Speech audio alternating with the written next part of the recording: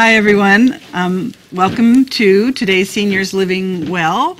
Make 2013 your lucky year. And if you've just tuned in, today's segment is mostly about being prepared for emergencies and making yourself safe in your life so that you don't have any unfortunate incidents in the unlucky year 2013, if you're superstitious about that sort of thing. We just had a nice chat with Nicole Vasquez and Al Lennox from the ambulance company, and now one of my favorite people in Amador, Martin Ryan, has joined us. Thank you, Lord. And I'm not just saying that because you're the sheriff. But you do run an awfully wonderful department. Well, you know, it's completely attributable to the type of people we have working there. I mean, we're blessed to have a phenomenal staff that go out every day, do a great job for the people in this community, and care about their jobs and care about the people they come in contact with. Yeah, I often tell my friends that we have all of our law enforcement officers seem to be wannabe social workers too. Well, you know, a lot of people get into this profession to help people. I mean, and some people forget that. Yeah. And so there is an opportunity to help as well as do some good, taking the bad guys off the streets, doing some of those kind of things that need to be done as well. Yeah, yeah. We've always been, at the Senior Center, always very impressed with the compassion and care that your department, all the law enforcement departments take. Well, thank you. Of our seniors. So we got a couple of programs you're going to tell us about today, and one of them is one that was just started, 3 years ago, The Hidden Key? Actually, it started in 2007. Oh, my goodness. Time Yeah. flies. 6 years ago, then. Yeah, it was very, very close to when I took office in the first place. We had an incident that really generated the thought process about how you do welfare checks on people when you get a call. We are very limited in law enforcement by those circumstances when you can actually break into somebody's house. There has to be evidence of some sort of a criminal activity going on there, evidence of a medical emergency inside, whatever it may be that allow us to get in. And so we had an unfortunate incident that took a long time for us to get there because we didn't have those pieces in order to get us into the building. Out of that grew an opportunity, and that was to take a look at our existing systems. Each one of my patrol cars has a computer system in there, and we have a way to track particular things about addresses. So if there's an individual there that maybe have a history with fighting with police or is known to carry weapons, things like that, or officer safety issues, we have that drop down in the menu when you punch in the address. So taking a look at that, I thought, well, why can't we use that for other purposes? And so what came out of that was the Hidden Key program, where seniors can provide us with information as to where there's a hidden key on their property or with a neighbor. That information is kept confidential at the sheriff's office and gets included in that information that gets attached to an address. So we get a call for somebody to do a welfare check on an individual that didn't show up or missed a meeting, those kind of activities that is unusual for them, for their pattern. And we have authorization now to find out where that key is for emergency purposes only, to be able to efficiently, effectively, and relatively quickly access the situation, assess it, and see if there's actually an emergency. So the person will fill out this form, and we have the forms, Common Ground has the forms, but they turn them back into you, so nobody but the sheriff's office gets this information. That's absolutely correct. It is confined. It is a protected information within the sheriff's office. People can actually go to our website at www.amadorsheriff.org. On the front page, the home page, down on the right-hand side, you'll see it says Hidden Key Program. And you click on that, it tells you about the program and provides you with an opportunity to print out the form that you need. That's perfect. And I think nowadays, a lot of us who didn't used to lock our houses now are locking our houses. And this has become more important so that when you do go do a welfare check and the door is locked, you at least can immediately find out where the key is if they're registered with the program. Exactly, and I want to throw a compliment your way as well, because this program would not have occurred and been as effective without the cooperation of the Isolated Seniors Task Force and the Senior Center at your direction, and that's really the population we needed to reach. And I think we're doing a pretty good job of that. We'd like to see more people participate. I think when I checked the other day, we have 52 people that are signed up for the program. Yeah, that's what Lieutenant Cardoza, who's sort of the liaison with the Isolated Right. Seniors Task Force let me know that last month. And 52 is good, but there's a lot more seniors out there. There's a lot of seniors, and I understand some reluctance to provide that information. And some people are a little concerned about that, but it is very helpful for us in the time of emergency that we can actually get in the Get house. into the house. Yeah. Without going through the many steps that you have to go through. Correct.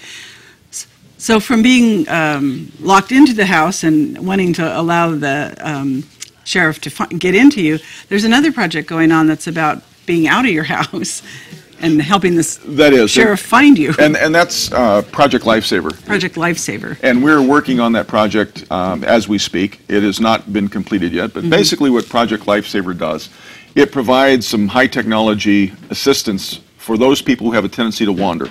Alzheimer's, dementia, maybe autism individuals who have a history of wandering. We have been very fortunate in this county.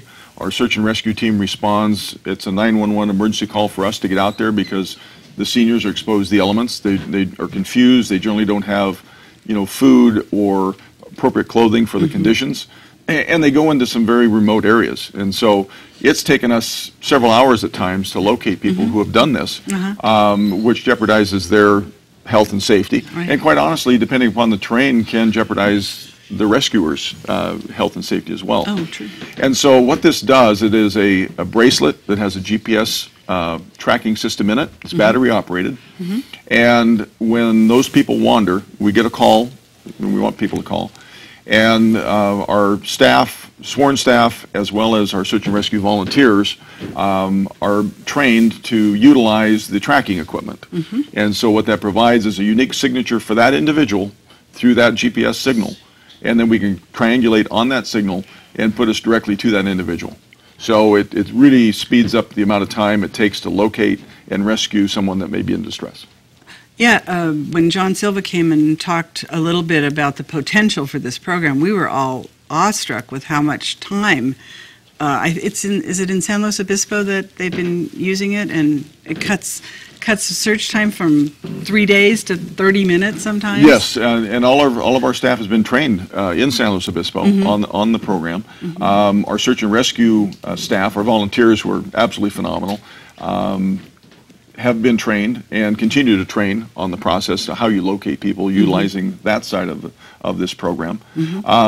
We're still working on how we're going to go ahead and implement it because it requires a caregiver to be home to be able to change out, to be available when people walk away, obviously.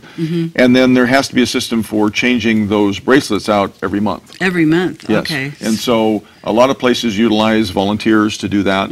And so we're trying to work through our policy that will determine how exactly we make that happen. So we're a little ways out yet on full implementation of the program, but we continue to look at that. We look at other agencies that have used it, what works for them, and then we have to decide how does it work for Amador County? Right. And here in the people we have to administer the program and do those kind of things. So it's a work in progress. We have great hopes for it. There are limitations, though. It's the individual with the bracelet has to have a clear view of the sky in order to get the GPS.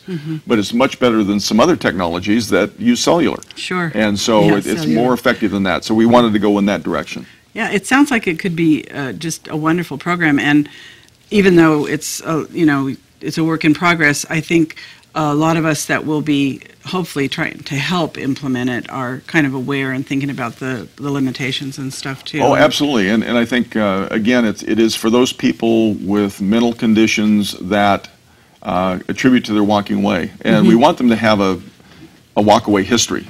Because Sure. we don't know what the exact cost for this is. Most places are charging for it because there is cost for the equipment and training, Sure. all the things that go along with that. So we're still working through that process. I don't envision us turning anybody down because of financial reasons. We want people to be safe. So if it's an appropriate person with a history of wandering, we'll try to get a bracelet on. Exactly. Yeah. You bet. Okay. You bet. So that's a great program, and I know the isolated seniors have been very, very interested in that, and we get good reports on it. I was just looking at this emergency book that Yes. you guys put out this year. This is a really nice publication. It has a lot of great stuff in it. So I want people to know that we have them at the Senior Center, and we definitely want to be able to get these into everybody's hands. I guess they went out through the paper, but some people don't get the paper, and they did, and we people have misplace them. Correct. And anybody that asks, we have a significant supply where people can pick those up. We're very proud of that. Sergeant John Silva, who is our Office of Emergency Services Coordinator, and Jack Mitchell from the Ledger Dispatch worked very closely together to make what I think is a high-quality product that you can keep with you for quite some time. It's very durable, and the information in it is great. And I don't want to end without you talking about another collaboration that you're doing with the, I've dropped the initials. It's DEA. DEA, yes, the DEA. The Federal Drug Enforcement Agency. Right. We've been partnering with them for several years now on a National Drug Take-Back Day. That's coming up this Saturday from 10 to 2. We're hosting it this year. People just have to bring their prescription drugs to the sheriff's office in the parking lot. No questions asked. Just drop that stuff off. We're seeing a huge spike in the use of prescription drugs illegally by juveniles. Just heard a story about that. People are breaking into homes to steal them. They're getting out of medicine cabinets. It's a real problem in this nation, let alone Amador County. We're trying to get those out of people's hands. So this is the big drug take-back day, but if anybody has prescription drugs that they don't any longer need, then we would encourage them to bring them to my office Monday through Friday and turn them in there. This is the big national one. Okay, this is Saturday the 27th from 9 to 1? 10 to 2. Oh, 10 to 2, and it's at the sheriff's office. It is, 700 Court Street in Jackson. Clean out your medicine cabinets, people, and get rid of those prescription drugs and bring them to the sheriff's office. If you can't get to the sheriff's office, let the Senior Center know, and I will be doing a big drop-off myself. Fantastic. For you guys. That's great, Lori. Thank you so much. So thank you so much. We have run out of time, Martin. Good luck with the Lifesaver and all the good works you do. Thank you, Lori. And stay tuned. We'll be back in a few minutes with some more great information.